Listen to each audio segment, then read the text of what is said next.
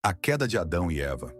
No princípio, o jardim do Éden era um tapete vivo de cores e sons, tecido pela mão de um Criador, cuja vontade era tão vasta quanto o próprio horizonte. Adão e Eva, os primeiros, caminhavam entre as árvores frutíferas, cujos galhos se curvavam sob o peso de frutos maduros, brilhando como joias sob a luz suave de um sol que nunca se punha. O ar era doce com o perfume de flores silvestres, e o canto dos pássaros misturava-se ao murmúrio de riachos cristalinos. Era um lugar de harmonia, onde o tempo parecia não existir, e a morte era apenas uma sombra distante, um conceito sem forma ou nome. Adão, de pele bronzeada e olhos que refletiam o céu, era um homem de força gentil. Seus passos eram firmes, mas nunca esmagavam a grama sob seus pés. Ele nomeava as criaturas do jardim com uma voz que ressoava como um trovão suave, cada palavra carregada de propósito. Eva, com cabelos longos que dançavam ao vento como fios de luz, era curiosa e perspicaz. Seus olhos brilhavam com uma inteligência que parecia capturar os segredos do próprio Criador. Juntos, eles eram a coroa do Éden, moldados à imagem de algo maior, mas ainda assim frágeis, humanos. O Criador havia dado a eles uma única proibição: não comer do fruto da árvore do conhecimento do bem e do mal, que se erguia no centro do jardim, suas raízes profundas como o próprio mundo. A árvore era magnífica, com folhas que brilhavam como esmeraldas e frutos vermelhos que pareciam pulsar com uma luz interna. Adão e Eva passavam por ela todos os dias, sentindo seu chamado sutil, mas obedeciam, confiando na voz que os guiava. Por eras, ou talvez apenas instantes, pois o tempo no Éden era fluido, eles viveram em paz. Adão cultivava o jardim, moldando a terra com mãos habilidosas, enquanto Eva explorava, conversando com os animais e aprendendo os segredos das plantas. Mas havia algo em Eva, uma centelha inquieta, uma pergunta que não encontrava resposta. Por que o fruto era proibido? O que havia além da perfeição que conheciam? Sombra da serpente. A serpente não era como os outros animais. Sua pele reluzia como bronze polido, e seus olhos carregavam uma inteligência astuta, quase humana. Diferente das outras criaturas, ela não se contentava em apenas existir. Ela observava, calculava, conspirava. Ninguém sabia de onde ela viera, mas sua presença no Éden era tão antiga quanto o próprio jardim. O Criador a permitia, e isso era suficiente para Adão e Eva não questionarem até o dia em que a serpente decidiu falar. Era uma tarde dourada, com o céu tingido de tons de âmbar. Eva caminhava sozinha, seguindo o curso de um riacho que cantava sobre pedras polidas. Ela parou sob a sombra da árvore do conhecimento, atraída por um brilho incomum em seus frutos. Foi então que a serpente apareceu, deslizando silenciosamente entre as raízes. "Por que hesitas, filha da luz?" perguntou a serpente, sua voz suave como o vento, mas carregada de uma intenção que Eva não podia decifrar. "O fruto é belo, não é? Por que o Criador negaria tal maravilha a vocês?" Eva franziu o senho, surpresa com a ousadia da criatura. "Ele nos disse para não comer dele", respondeu ela, sua voz firme, mas tingida de curiosidade. "É proibido. Se o fizermos, morreremos." "Morrer?" A serpente riu, um som que era ao mesmo tempo melodioso e frio. "Vocês que são feitos à imagem do Criador, morrer? Não, Eva. O fruto não traz morte, mas conhecimento. Ele abrirá seus olhos, e vocês serão como o próprio Criador, conhecendo o bem e o mal."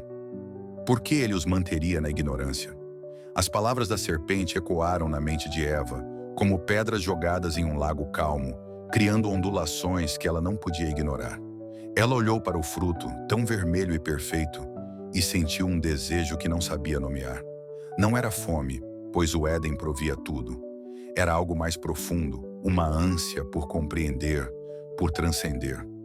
Naquela noite, Eva não falou com Adão sobre a serpente. Ela guardou as palavras no coração, deixando-as germinar como sementes em solo fértil. A escolha dias se passaram, ou talvez semanas. O Éden não contava o tempo como o mundo que viria depois. Eva voltou à árvore do conhecimento repetidas vezes, cada visita mais longa que a anterior. A serpente estava sempre lá, sussurrando, instigando, plantando dúvidas. O Criador teme que vocês se tornem como ele, dizia ela. O fruto é a chave para a liberdade. Adão notou a inquietação de Eva. Seus olhos, antes tão serenos, agora pareciam distantes, como se ela visse algo que ele não podia alcançar. O que te perturba? Dores prometidas, mas também uma esperança que não podia explicar. O conhecimento que haviam ganhado era tanto uma bênção quanto uma maldição. Eles viam o mundo como ele era, com toda a sua beleza e brutalidade, e isso os tornava mais humanos. Anos se passaram, e seus filhos nasceram Caim e Abel, dois irmãos tão diferentes quanto o dia e a noite. Caim era inquieto, como Eva, sempre buscando algo além do horizonte. Abel era calmo, como Adão, satisfeito com o que o mundo lhe dava.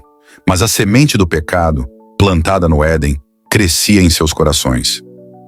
A primeira morte. A tragédia veio como um trovão. Caim, consumido por ciúmes da preferência do Criador pelas ofertas de Abel, ergueu uma pedra contra seu irmão.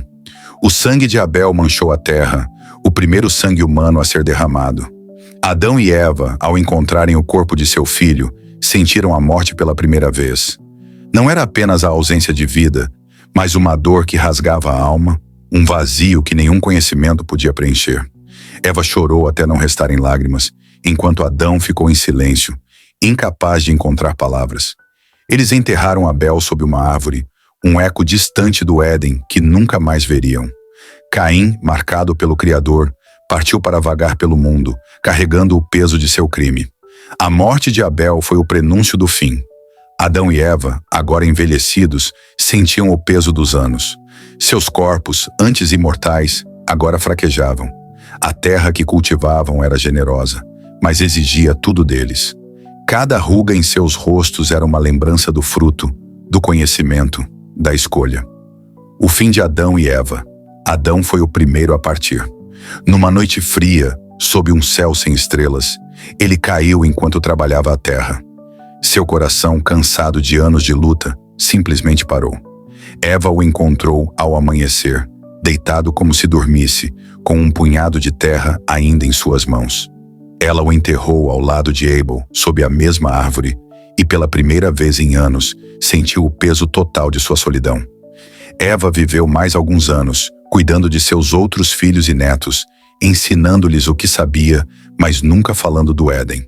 O jardim era uma memória que queimava, uma ferida que nunca cicatrizava. Ela morreu em silêncio, numa manhã de primavera, enquanto observava o nascer do sol. Seus últimos pensamentos foram para Adão, para o Éden, para o fruto que mudou tudo. Seus filhos os enterraram juntos, sob a árvore que já guardava Abel. A terra os recebeu como receberia todos os que viessem depois, e o mundo continuou, carregando as marcas de sua escolha. O legado. A história de Adão e Eva não terminou com suas mortes. O conhecimento que ganharam, o bem e o mal que descobriram, tornou-se o legado da humanidade. O Éden foi perdido, mas a busca por ele permaneceu, um eco em cada coração humano, uma lembrança de que a escolha, com todo o seu peso, é o que nos define. E em algum lugar, talvez, a árvore do conhecimento ainda cresce, seus frutos brilhando, esperando por aqueles que ousem buscar a verdade, sabendo que toda escolha tem um preço.